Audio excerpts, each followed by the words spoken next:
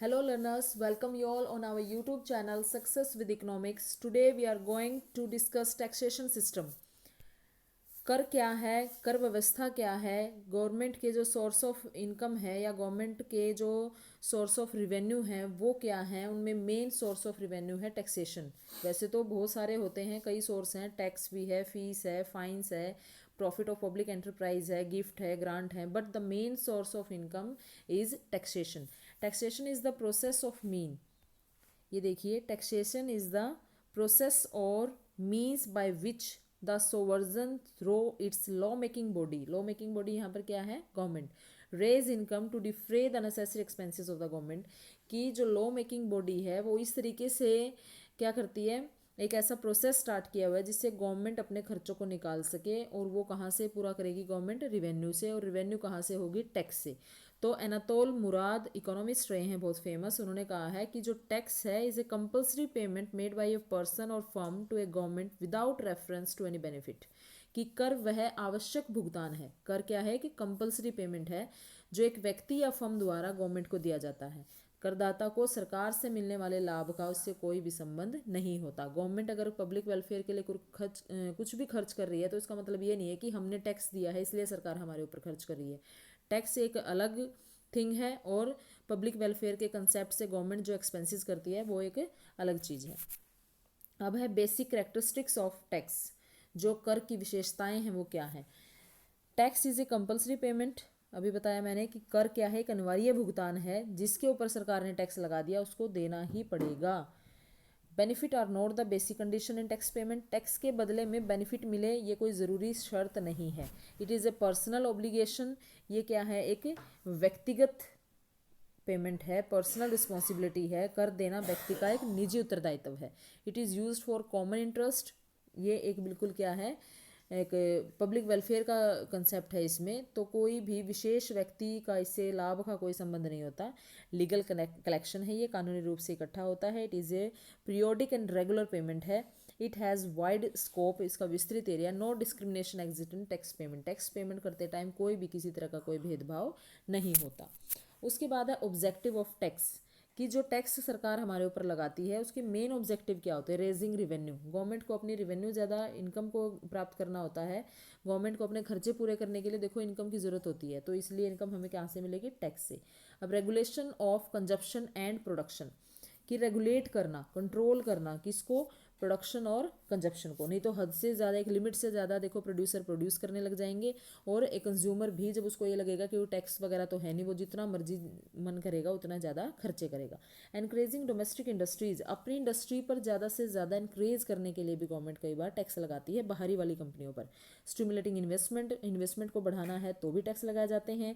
Income inequality को दूर करना है कि अमीर ज़्यादा अमीर ना हो, गरीब ज़्यादा गरीब ना हो, उसके लिए भी टैक्स लगाए जाते हैं। एंड प्रोमोटिंग इकोनॉमिक ग्रोथ, जब इतने सारे ऑब्जेक्टिव हमारे क्लियर हो जाते हैं तो इकोनॉमिक ग्रोथ भी बहुत ज़्यादा बढ़ती है।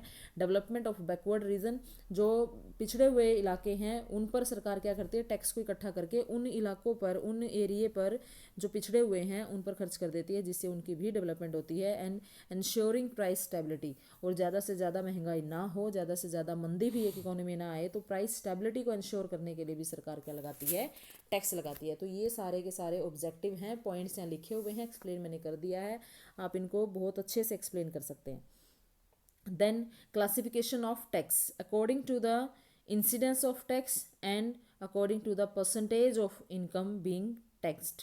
तो दो तरीके से इसका क्लासिफिकेशन है, एक इंसिडेंस ऑफ टैक्स के अकॉर्डिंग कि डायरेक्ट टैक्स और इनडायरेक्ट टैक्स, फिर है percentage of income being taxed, progressive taxation system, proportional taxation system and regressive taxation system. ये तीन तरीके से आपने इसको याद करना है, कि पहले हम याद करेंगे परसेंटेज के अकॉर्डिंगली, कि जो टैक्स है वो अनुपातिक भी हो सकता है, प्रगतिशील भी हो सकता है। प्रोपोर्शनेट का मतलब यहाँ पर अनुपातिक है, प्रोग्रेसिव का मतलब यहाँ पर प्रगतिशील है, और रिग्रेसिव का मतलब यहाँ पर प्रतिगामी है। ठीक है, तो इनको हम विद डायग्राम बहुत अच्छे से समझेंगे। एक और इसका है डिग्रेसिव, जिसको बोलते हैं डिग्रेसिव, जिसको अधोगामी बोला जाता है, उसका भी डायग्राम मैं आपको करवाऊंगी। तो पहले हम करेंगे ये चार डायग्राम, उसके बाद करेंगे डायरेक्ट और इनडायरेक्ट टैक्स। तो टाइप्स ऑफ टैक्स में मैंने अभी बताया आपको कि progressive taxation system, regressive, proportional excise tax भी है जिसमें हम वो स्पेसिफिक एंड एड वोलरम टैक्स करेंगे, वो भी डिटेल में हम आगे करेंगे। और एक अभी बताया मैंने कि एक जो टैक्स है वो कौन सा है, डिग्रेसिव। डिग्रेसिव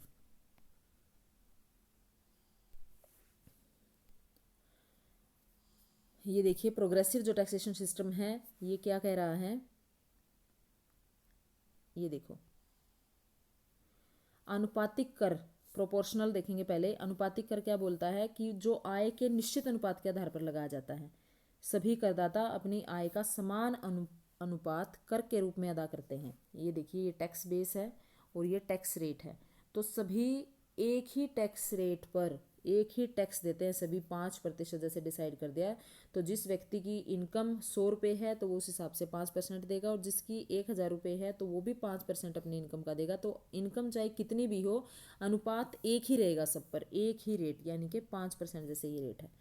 ठीक है, फॉर एग्जांपल बताया है ये।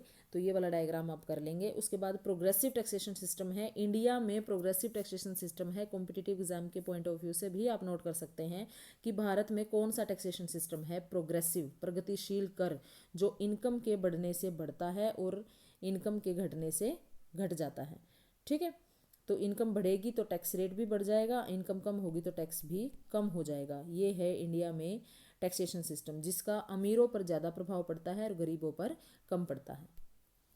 ये डायग्राम देखिए, टैक्स बेस, जैसे जैसे हमारा इनकम बढ़ती जाती है वैसे वैसे टैक्स रेट बढ़ती जाती है। अपवर्ड स्लोपिंग हमारा ये टैक्स कर्व है, आय की वृद्धि के साथ साथ टैक्स की रेट भी बढ़ती चली जाती है। उसके बाद है regressive taxation system. Regressive taxation system में क्या होगा कि इनकम बढ़ने पर टैक्स रेट कम हो जाए, ये बहुत ही कम होता है, ये बिल्कुल अन्यायपूर्ण होता है। इसका गरीबों पर प्रभाव ज़्यादा पड़ता है और गरीब पर प्रभाव इसका ज़्यादा होता है, अमीर पर इसका प्रभाव कम होता है। तो ये बहुत ही कोई ही कंट्री होगी जहाँ पर ये टैक्सेशन सिस्टम होगा, नहीं तो ये गलत माना जाता है पब्लिक वेलफेयर के पॉइंट ऑफ व्यू से देखें तो। उसके बाद है डिग्रेसिव टैक्सेशन सिस्टम, जिसमें स्टार्टिंग में तो टैक्स कैसा होता है, प्रोग्रेसिव होता है, और उसके बाद प्रोपोर्शनेट हो जाता है कि स्टार्टिंग में तो ये इनकम के साथ बढ़ रहा है, लेकिन एक लेवल ऐसा आता है जब ये प्रोपोर्शनेट हो जाता है, तो इसको बोलते हैं डिग्रेसिव सिस्टम, अधोगामी कर। अब है डायरेक्ट टैक्स और इनडायरेक्ट टैक्स। डायरेक्ट टैक्स क्या होता है, impose directly on the tax payer, जिस पर लगा उसी को देना है। इसको हम किसी दूसरे बंदे पर कैन नॉट बी ट्रांसफर्ड, इसको हम ट्रांसफ़र नहीं कर सकते। ठीक है, और it does not affect the price, और ये प्राइस को भी इफेक्ट नहीं करता। इनकम टैक्स है और प्रॉपर्टी टैक्स है। उसके बाद है इनडायरेक्ट टैक्स, जिसको अप्रत्यक्ष बोलते हैं हिंदी में, कि इसको intermediaries from the ultimate tax payer consumer, the incidence and impact of tax is on different person. ये लगा किसी पे है, देना किसी को होता है, क्योंकि हम ये अप्रत्यक्ष कर है, इसको हम इस बर्डन को हम शिफ्ट कर सकते हैं एक बंदे से दूसरे की तरफ। जैसे मैन्युफैक्चरर पे लगा तो उसने बाद में सामान जिसने लिया, रिटेलर ने लिया तो उस पर डाल दिया, अब रिटेलर ने कंज्यूमर पे डाल दिया। ठीक है, लास्ट में जो इस चीज़ को यूज़ करता है इनडायरेक्ट टैक्स, उसको पे करना होता है, जैसे वेट है, कस्टम ड्यूटी है। तो indirect tax many effect price, consumer pay high price which are inclusive of tax, tax में ही इंक्लूड होती है और प्राइस उनको हाई देने पड़ते हैं। और डायरेक्ट टैक्स जैसे इनकम टैक्स हो गया, प्रॉपर्टी टैक्स हो गया, जिस पे लगा उसी को देना, वो शिफ्ट नहीं कर सकता, ये प्रत्यक्ष कर है।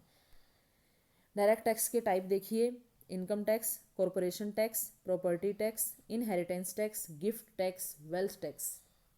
इनडायरेक्ट टैक्स में custom duty, excise duty, service tax, sales tax, VAT, पूरी सीरीज़ हम इसकी टैक्स की स्टार्ट कर सकते हैं, और वहाँ मैं डायरेक्ट टैक्स का हर एक पॉइंट आपको अलग अलग करवा सकती हूँ। अभी तो हमने यहाँ सिर्फ डायरेक्ट टैक्स कौन से हैं, डायरेक्ट टैक्स कौन से हैं, और फिर इन दोनों में डिफरेंस क्या है ये देखा है, क्योंकि हम क्लासिफिकेशन की बात कर रहे हैं। और अगर बात आई है अभी एक्साइज टैक्स की, जो कि ऑन द प्रोडक्शन, सेल्स और consumption of a community in a country, एक कंट्री में जो भी किसी वस्तु का कंजप्शन हो रहा है या जो भी प्रोडक्शन हो रहा है उस पर जो लगता है। ठीक है, तो टाइप्स क्या हैं एक्साइज के, एक तो स्पेसिफिक टैक्स होता है और एक एड वैलोरम होता है। स्पेसिफिक मतलब excise tax impose which is based on weight and volume capacity, जो वेट और वॉल्यूम कैपेसिटी पे लगता है कि कोई चीज़ कितनी भारी है उसके अकॉर्डिंगली उस पर टैक्स लग गया, यूनिट उसके हिसाब से। एड वैलोरम क्या होता है, बेस्ड ऑन सेलिंग प्राइस और अदर स्पेसिफिक वैल्यू, उसके प्राइस पे लगता है कि जिस प्राइस पे कोई सामान बेचा है तो उस प्राइस के अकॉर्डिंगली उस पर टैक्स और लगा दो। ठीक है, तो ये आपका स्पेसिफिक, जिसको हिंदी में विशिष्ट कर बोलते हैं। एड वैलोरम जो कि कैसा है, एक मूल्य अनुसार, ये वजन के अनुसार है, ये मूल्य के अनुसार टैक्स होता है। ठीक है, आई होप आपको ये वीडियो बहुत समझ में आई है, आप इसके इम्पोर्टेंट पॉइंट नोट कर सकते हैं। Please like and share this video. Thank you very much.